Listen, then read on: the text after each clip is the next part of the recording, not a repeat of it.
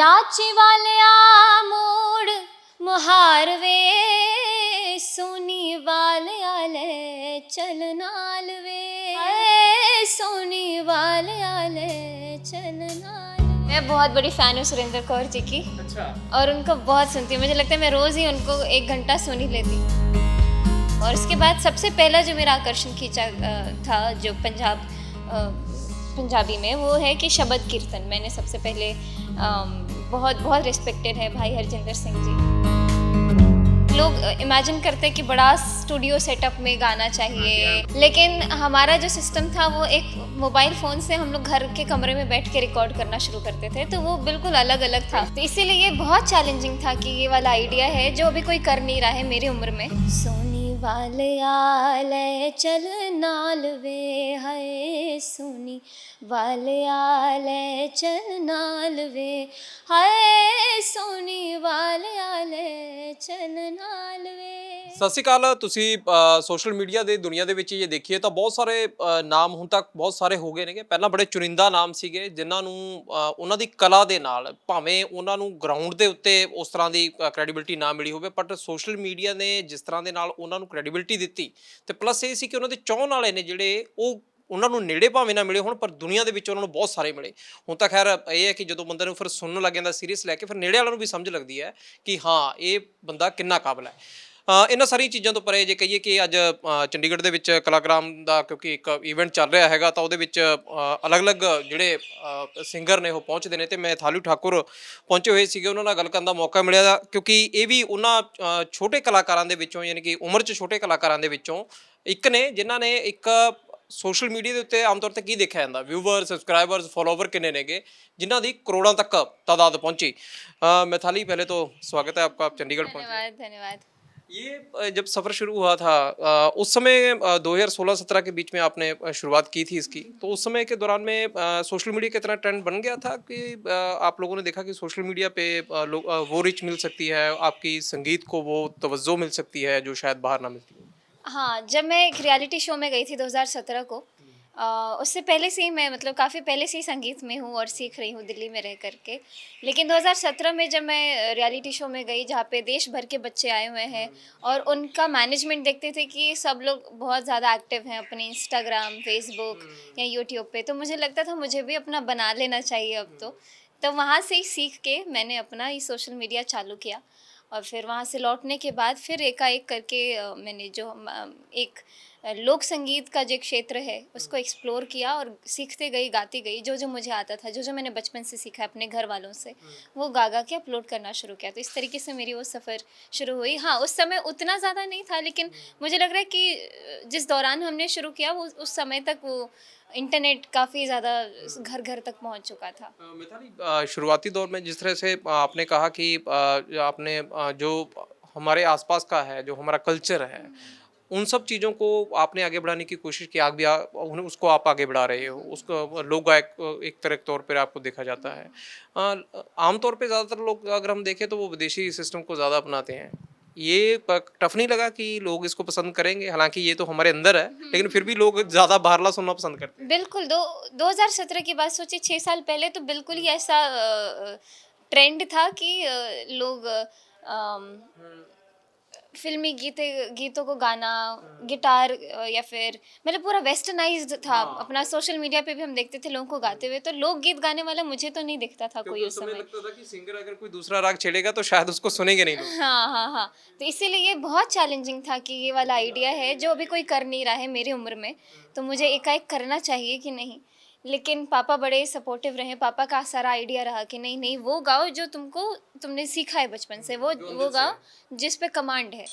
तो मुझे लगता है कि मैंने उसी तरीके से शुरू किया और बस हो गया, मैंने सोचा नहीं था कुछ ज़्यादा। जिस तरह से आज लोगों का प्यार है, इतने फॉलोवर्स, इतने व्यूवर, चलो आज तो अगर कहें कि लोगों ने आपको सुना, आपकी गायकी को पसंद किया, उसके बाद में आपके साथ में है। स्टार्टिंग पॉइंट जितने भी सोशल मीडिया के जो कलाकार हैं, अगर हम कहें कि वो बड़ा मुश्किल रहा है आपके दौर के बीच में। जो पहला, जो अगर कहें कि सबसे पहला वीडियो था, उसमें ही अच्छा रिस्पॉन्स रहा या बाद में धीरे धीरे आगे बढ़ा? मुझे पहले से ही अच्छा, पहले से रिस्पॉन्स बढ़िया आना करना शुरू हो गया, क्योंकि शायद हम 3 छोटे-छोटे बच्चे लोगों को फ्रेम में दिखते थे और हम कुछ अनयूजुअल परफ़ॉर्म करते थे। मान लीजिए कोई पंजाबी गीत ही हो, मुझे काफ़ी पसंद है पंजाबी लोक संगीत, उसी को गाना, लेकिन लोग इमेजिन करते हैं कि बड़ा स्टूडियो सेटअप में गाना चाहिए। हाँ, हाँ, हाँ। लेकिन हमारा जो सिस्टम था वो एक मोबाइल फ़ोन से हम लोग घर के कमरे में बैठ के रिकॉर्ड करना शुरू करते थे, तो वो बिल्कुल अलग-अलग था। सुना भी था मैंने कि जब हाँ। मम्मी बिल्कुल कामकाज रसोई का बंद कर देती थी, फिर हाँ, हम शूट हाँ, करते थे। पंखा-वंखा बंद करके एक दोपहर के समय में ये सब।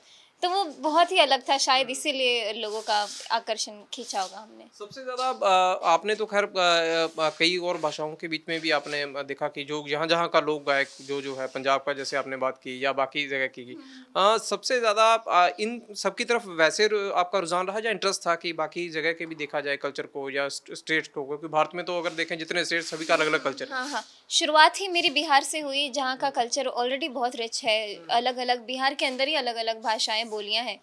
तो ऐसे करते-करते फिर मन किया कि हम बिहार से बाहर निकल के थोड़े उत्तर प्रदेश के गीत होते हैं, मध्य प्रदेश के होते हैं, अपने बगल में पंजाब है, दिल्ली आ चुकी थी मैं, गुजरात है, सब अलग-अलग भाषाओं के जो डिवोशनल या फिर लोक संगीत है वो मैंने गाना शुरू पंजाब किया। का क्या पसंद आया आपको थोड़ा-सा गुनगुना? मैं बहुत बड़ी फ़ैन हूँ सुरेंद्र कौर जी की। अच्छा। और उनको बहुत सुनती हूँ, मुझे लगता है मैं रोज़ ही उनको 1 घंटा सुन ही लेती हूँ। और उसके बाद सबसे पहला जो मेरा आकर्षण खींचा था जो पंजाबी में, वो है कि शबद कीर्तन। मैंने सबसे पहले बहुत बहुत रिस्पेक्टेड है भाई हरजिंदर सिंह जी, उनको सुनना शुरू किया, बहुत सारे उनके शब्द सुने और ऐसा इतना ज़्यादा मुझे वो शब्द का वो चस्का चढ़ गया कि मैं रोज़ ही सुबह से रात तक हम लोग शबद कीर्तन ही सुनते रहते थे। तब से मैंने फिर आपने लोक कई बार संगीत उसका में लाइव भी किया आपने मेरे हाँ, ख्याल हाँ, में देखा मैंने हाँ। आपका मैंने रिकॉर्ड भी किया है और काफ़ी पोस्ट भी किए। तो मतलब तब से मेरे एक पंजाब के अंदर जो गीत है उसका रुझान शुरू हुआ। चलो ये एक था आपका जो ग्राउंड बना पूरा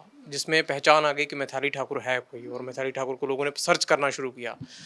अगर हम देखें तो प्रोफेशनली कब चेंज आया ये कि प्रोफेशनली आप को शोज मिलने लगे या फिर जिस करें कि आप जिस तरह से एनजेडसीसी के साथ आप कॉन्टैक्ट में हो, तो ये सारे कॉन्टैक्ट्स वगैरह ये प्रोफेशनल कब शुरुआत हुई इसकी उसी समय के दौरान या टाइम लगा इसको? ये पता नहीं कैसे होता है क्या मुझे भी नहीं, पिछले 2-3 साल से मैं ऐसे-ऐसे मंचों पर परफ़ॉर्म कर रही हूँ जहाँ पर मतलब बड़े-बड़े कलाकार आते हैं, या फिर मान लीजिए एक दिन मेरा परफ़ॉर्मेंस है तो कल बड़े किसी बहुत बड़े उस्ताद का परफ़ॉर्मेंस है, यहाँ तो भी ऐसी ही है। हाँ, यहाँ 10 भी दिन के ऐसे। बीच में आपका मेल बना हाँ, है। तो वही ऐसा मतलब ये पिछले 2-3 साल में ऐसा हो रहा है कि लोग मुझे ऐसी-ऐसी मंचों पर न्योता दे रहे हैं जहाँ पे परफ़ॉर्म करना बहुत बड़ी बात है सभी के लिए।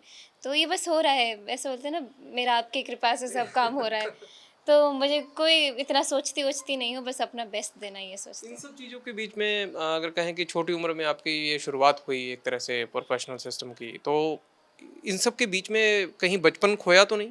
नहीं, हम बहुत मस्ती करते हैं। बस ये है कि हम लोग बड़े रिज़र्व्ड रहते हैं और बच्चों की तरह हमारे भी ढेर सारे दोस्त ऐसा है नहीं। हम तीनों मुश्किल हो भाई-बहन जाता होगा बाहर जाना। बहुत मुश्किल है ही, मतलब हम तीनों भाई-बहनों के हम ही दोस्त हैं। और हमारे हम 5 लोग जो अपने घर में रहते हैं, इससे बाहर निकलना ही नहीं होता है। या तो कार्यक्रम में जाओ तो उसके लिए एयरपोर्ट जाने के लिए निकलो, कभी मम्मी को लेकर के शॉपिंग करवाने ले चलो, बस इतना। जो अपने 5 लोग की हमारा एक पूरी दुनिया है जो इसी के अंदर इवॉल्व है अभी बस। हालाँकि मैं आपसे ये भी नहीं पूछ सकता कि उससे पहले क्या था क्योंकि आप बड़े छोटे हाँ, हाँ, अगर छोटी उम्र से आपने ये शुरुआत की, आपने तो देखा ही वही समय कि हाँ, जब आप रिज़र्व होना शुरू हो गए होंगे। हाँ, हाँ। तो बाकी फैमिली के लिए कितना अगर कहें कि जैसे आपके बाकी परिवार के लोग भी इसी गायकी में जुड़े हुए थे या फिर आपके आने के बाद में ये टर्न हुआ सारा? नहीं, मेरे दादाजी बहुत बड़े ज़मींदार हैं हमारे गाँव में, तो वो शौकिया तरीके से रोज़ हमारे दलान पे कीर्तन ऑर्गेनाइज़ कराना, या फिर हफ़्ते-हफ़्ते भर अष्टयाम हो रहा है तो होते ही जा रहा है, कभी नॉन स्टॉप कीर्तन चल रहा है, 24 घंटे चलते ही जा रहा है। तो ये माहौल में मैंने देखा है, मैं पली-बड़ी हूँ। और बाबा ऐसे होते थे कि कलाकारों को बुलाया, उनको मान-सम्मान किया, गाया, मतलब ये सब एक था उनका। तो पापा जो थे, वो पापा ने इसको अच्छे से पकड़ा और इसको पैशन बना करके पापा खुद सीखे, वो मेरे गुरु बन गए, फिर पापा से मैंने सीखा। तो इस तरीके से अब जो है मुझे लग रहा है कि मैं पहली हूँ जो प्रोफ़ेशनल भी परफ़ॉर्म कर रही शायद हूँ। लगता है कि ये जिस तरह से आपका धार्मिक एक क्षेत्र था आपके गाने का कि उसी वजह से परेशानी नहीं हुई स्टार्टिंग बेस के दौरान में क्योंकि आमतौर पर अगर देखें तो गाँव का कल्चर आज भी यही रहता है कि अगर कोई लड़की गा रही है अब धीरे धीरे तो चेंज होने लगा सोशल मीडिया ने बदल दी दुनिया को लेकिन उस समय के दौरान में लगता था कि अगर आप प्रोफेशनली गायकी की तरफ होते तो शायद ये यहाँ तक ना पहुँच पाते। मुझे कभी आज तक अपने परिवार में ऐसा महसूस नहीं हुआ, कभी होने ही नहीं दिया गया। वैसी सोच नहीं है, क्योंकि जब कीर्तन होता था बाबा ही मुझे पकड़ पकड़ के बिठाते थे और सुनवाते थे। अभी भी जाती हूँ तो पकड़ के बिठाते हैं, फिर से कोई नया ऐसा गीत सुना देते हैं जो मुझे लगता है कि अरे ये तो मुझे मंच पे गाना चाहिए, ये तो लोगों को सुनाना चाहिए। तो कभी वो चीज़ मैंने अपने परिवार में महसूस नहीं की। मुझे ऐसा लगता है मुझ पे सबका ध्यान रहता है कि बेटी को ही पुश करने में लगे रहते हैं, तो ये हमारे परिवार में ऐसा ही है। थोड़ा सा कोई सुना देंगे आप पंजाब, खासकर पंजाबी के लिए, क्योंकि हमारा जब पंजाब का व्यूवर है कहाँ के, जिस तरह से आपको वैसे उसको फॉलो भी करते हैं, सुनते भी हैं, चाहे शब्द ही सुना दें आप। मैं एक लोकगीत सुनाती हूँ। डाची वालिया मोड़ मुहार वे, सोनी वालिया ले चल नाल वे। डाची वालिया मोड़ मुहार वे, सोनी वालिया ले चल नाल वे। सोनी वालिया ले चल नाल वे, हाय सोनी वालिया ले चल नाल वे, हाय सोनी वालिया ले चल नाल वे। ये आपका बेस जब हिंदी का भोजपुरी का है, तो आपका ये मैथाली में जिस तरह से गाती हैं, चलो वो तो आपका बिल्कुल टच हो गया। पंजाबी इतनी अच्छे से किस तरह से आपने फिर ये पता पता नहीं, मैं बहुत बारीकी से प्रोनाउंसिएशन वैसे सुनती नॉर्मली हूँ। तो मेरे ख्याल में बोल नहीं पाते होंगे आप। मैं हर साल पंजाब विज़िट करती हूँ, बटाला। वहाँ पे मेरे बड़े हमारे अंकल हैं, उनके गाँव जाती हूँ तो 2-3 दिन लगातार पंजाबी बोलने की कोशिश करती हूँ, तो समझ पूरा लेती हूँ मैं। चलो वो बहुत बहुत धन्यवाद आपका समय देने के लिए, और शुभकामनाएं कि जिस तरह से बढ़ रही हैं आगे और लगातार आप बढ़ते रहें। धन्यवाद बहुत-बहुत। ਬਿਲਕੁਲ ਇਹ ਸੀ ਮੈਥਾਲੀ ਠਾਕੁਰ ਤੇ ਗੱਲਬਾਤ ਉਹਨਾਂ ਦੇ ਨਾਲ, ਕਿਉਂਕਿ ਕਈ ਚੀਜ਼ਾਂ ਇਸ ਤਰ੍ਹਾਂ ਦੀਆਂ ਸਾਨੂੰ ਲੱਗਦੀਆਂ ਹੁੰਦੀਆਂ ਨੇ ਵੀ ਯਾਰ ਇੱਕ ਛੋਟੀ ਜਿਹੀ ਕੁੜੀ ਗਾ ਰਹੀ ਆ, ਲੋਕ ਇੰਨਾ ਪਸੰਦ ਕਰ ਰਹੇ ਆ, ਤੇ ਖਾਸ ਤੌਰ ਤੇ ਉਹਦੀ ਆਪਣੀ ਸੋਚ ਕੀ ਆ। ਸਭ ਤੋਂ ਵੱਡੀ ਗੱਲ ਇਹ ਹੈ ਕਿ ਭਾਵੇਂ ਇੱਕ ਗੱਲ ਠੀਕ ਹੈ ਕਿ ਛੋਟੇ ਉਮਰ ਦੇ ਪੜਾਵ ਤੋਂ ਇਹਨਾਂ ਨੇ ਇੱਕ ਚੰਗੀ ਗਾਇਕੀ ਦੀ ਸ਼ੁਰੂਆਤ ਕਰੀ, ਪਰ ਦੂਜੇ ਪਾਸੇ ਇਹ ਵੀ ਸੀਗਾ ਕਿ ਸਭ ਤੋਂ ਜ਼ਿਆਦਾ ਫੋਕਸ ਜਿਹੜਾ ਹੈਗਾ ਇਹਨਾਂ ਦੀ ਲੋਕ ਗਾਇਕੀ ਨੂੰ ਸਾਂਭਣ ਦਾ, ਜਿਹਦੇ ਕਨੀ ਸ਼ਾਇਦ ਸਾਡੇ ਮਹਿੰਗੇ ਮਹਿੰਗੇ ਤੇ ਬਹੁਤ ਫੇਮਸ ਸਿੰਗਰਾਂ ਦਾ ਨਾ ਹੋਵੇ। ਉਹ ਕਈ ਵਾਰੀ ਯਾਰ ਗੁੰਗਣਾ ਤਾਂ ਲੈਂਦੇ ਨੇ, ਪਰ ਜ਼ਿਆਦਾਤਰ ਇਹਨਾਂ ਨੇ ਆਪਦੀ ਗਾਇਕੀ ਦੇ ਵਿੱਚ ਉਹਨਾਂ ਨੂੰ ਜਗ੍ਹਾ ਦਿੱਤੀ ਹੈ ਤਾਂ ਕਿ ਸਾਡੀ ਸੰਸਕ੍ਰਿਤੀ ਹੈ ਜਿਹੜੀ ਉਹ ਵੀ ਬਚ ਸਕੇ। ਪ੍ਰੋਫੈਸ਼ਨਲ ਤਾਂ ਦੇਖੋ ਹਰ ਕੋਈ ਆ, ਰੋਟੀ ਹਰ ਕਿਸੇ ਨੇ ਖਾਣੀ ਆ, ਪਰ ਗੱਲ ਇਹ ਹੈ ਵੀ ਨਾਲ ਤੁਸੀਂ ਆਪਦੇ ਦੇਸ਼ ਵਾਸਤੇ, ਆਪਦੀ ਸੰਸਕ੍ਰਿਤੀ ਵਾਸਤੇ ਕੀ ਕਰਦੇ ਹੋ, ਉਹਦੀ ਇੱਕ ਜ਼ਿੰਦਾ ਦਿਲ ਮਿਸਾਲ ਕਿਹਾ ਜਾ ਸਕਦਾ ਹੈ। ਸੀਨੀਅਰ ਵੀਡੀਓ ਜਰਨਲਿਸਟ ਵਿੰਤੇਜ ਦੇ ਨਾਲ ਸਮਿਤ ਸਿੰਘ, ਰੋਜ਼ਾਨਾ ਸਪੋਕਸਨ ਟੀਵੀ, ਚੰਡੀਗੜ੍ਹ।